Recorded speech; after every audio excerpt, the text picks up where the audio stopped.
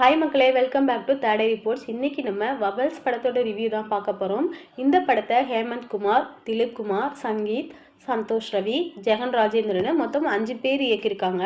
இந்த படத்தில் யோகி சேது, சின்னி ஜெயந்த், ராய் ஐயப்பா, தீபக் பரமேஷ், சம்யுக்தா விஸ்வநாத்னு பலர் நடிச்சிருக்காங்க. ஸோ வாங்க இந்த படத்தோட கதைக்குள்ளே போகலாம். அட்லஸ் மேப்பை பற்றி நம்ம எல்லாருக்கும் தெரியும். அட்லஸ் மேப் புக் அப்படின்றது அதில் பார்த்தீங்கன்னா பல வகையான மேப்பும் அதில் நீங்கள் பார்க்கலாம்.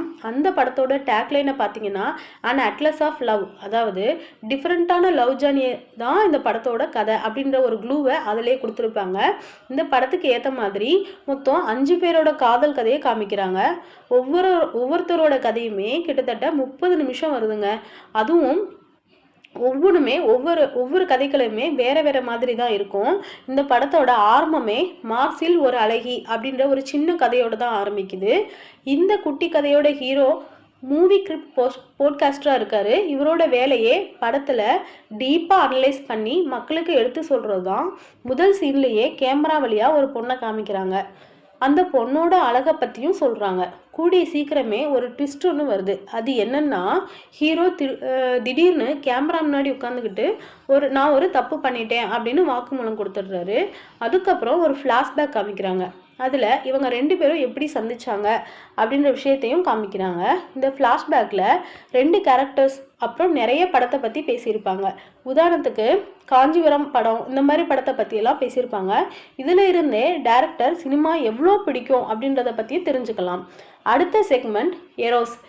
இதை டைரக்ட் பண்ணது திலீப் குமார். இதுவும் ஒரு லவ் ஸ்டோரி தான். இதில் யோகி சேதுவும் சின்னி ஜெயந்தும் நடிச்சிருக்காங்க. ஆனால் இவங்க 2 பேருமே ஒரே டைமில் ஸ்க்ரீனில் வரமாட்டாங்க. யோகி சேது தான் எரோஸியாக நடிச்சிருப்பாங்க. எரோஸா இருக்கிறவங்க தான் கிரீஸ் நாட்டோட காதலுக்கான கடவுள்.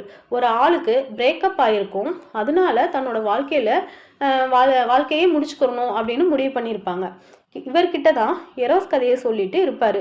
இதுல யோகி சேது வார்த்தைகளால விளையாடுறது, காமெடி பண்றதுன்னு எல்லாமே நல்லாவே பண்ணியிருப்பாரு.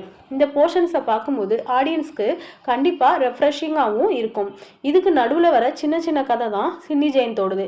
இவருக்கும் ஒரு ஃப்ளாஷ்பேக் ஸ்டோரி இருக்கும். கிட்டத்தட்ட பவர் பாண்டி படத்துல வர மாதிரி தான் இவரோட லைஃப் நடந்திருக்கும். அதனால தான் இவரோட சீன்ஸை மட்டும் நம்ம ஈஸியாக கெஸ் பண்ற மாதிரி அமைஞ்சிருக்கும். 3வது செக்மெண்ட் தான் வர்ணஜாலம். இந்த கதையை டைரக்ட் பண்ணியிருக்கிறது யாருன்னு பார்த்தீங்கன்னா சந்தோஷ் ரவி. இதில் தீபக் பரமேஷ் அப்புறம் சம்யுக்தா விஸ்வநாத்னு நடிச்சிருப்பாங்க. இவங்க இந்த கதையை முக்காவாசி ஹாஸ்பிட்டலுக்குள்ளே தான் வச்சு நடிச்சிருப்பாங்க. இந்த கதையோட ஐடியா ரொம்ப சிம்பிள் லவ்வுக்கான அடிப்படையே நம்பிக்கை தான். ஒரு சம்யுக்தா வந்து ஒரு கேன்சர் பேஷண்ட்டாக நடிச்சிருப்பாங்க. தீபக் வந்து ஒரு ஃபோட்டோகிராஃபர். ஒருத்தர் மனதளவில் ரொம்ப பாதிக்கப்பட்ட அவங்கள காப்பாற்றிருக்க யாருக்கிட்டையும் பழகாமல் இருப்பாங்க. ஆனால் காதல்னு ஒரு விஷயம் வரும்போது ஒருத்தர் மேலே நம்பிக்கை வைக்க திறந்த மனசோட பழகுறது தான் சரியான விஷயம். இந்த செக்மெண்ட்டோட அதாவது டைமிங் வந்து ரொம்ப கம்மியாக இருந்தாலும் எமோஷனலாகவும் யதார்த்தமாகவும் அந்த கதையை மக்களுக்கு கொண்டு போய் சேர்த்துருக்காங்கன்னு தான் சொல்லணும். எரோஸ் ஜாலியாகவும் ஹாப்பி எண்டிங்கோடு இருந்தாலும் வர்ணஜாலம் ஒரு சின்சியரான லவ் ஸ்டோரியாக காமிச்சிருக்காங்க. 4வது செக்மெண்ட் தான் மீண்டும் ஒரு பயணம். இதை டைரக்ட் பண்ணியிருக்கிறது ஜெகன் ராஜேந்திரன். இது லவ் ஸ்டோரியாக இருந்தாலும் ரோட் சேஃப்டியை பற்றி ஒரு அவேர்னஸ் சொல்கிற மாதிரி தான் கதை இருக்குது. இந்த கதை ஒரு மோட்டார் சைக்கிள் ரேசிங் பற்றி இருக்குது. ராஜ் ஐயப்பா தான் ஒரு மாசான பைக்கராக நடிச்சிருக்காரு. இந்த சீக்மெண்ட்டில் பைக் ரேசிங் மெயினாக இருந்தாலும் ரேசிங் சென்ஸ் ரொம்ப கம்மியாக தான் இருக்குது. இந்த கதை மூலமாக சொல்ல வர விஷயம் என்னன்னு பார்த்தீங்கன்னா ரொம்ப சிம்பிளாக இருந்தாலும் சஸ்பென்ஸ் கடைசி வரை வச்சுருக்காங்கன்னே சொல்லலாம். 5வது சீக்மெண்ட் தான் ரீலோட். இதை டைரக்ட் பண்ணியிருக்குது ஹேமந்த் குமார். இந்த கதையில் வர்றவங்க எல்லாருமே ஏதோ ஒரு மாஃபியா குரூப்பை சேர்ந்தவங்க மாதிரி இருப்பாங்க. ஆனாலும் இவங்களோட பேக்ரவுண்டில் கிளியராக காமிச்சிருக்க மாட்டாங்க.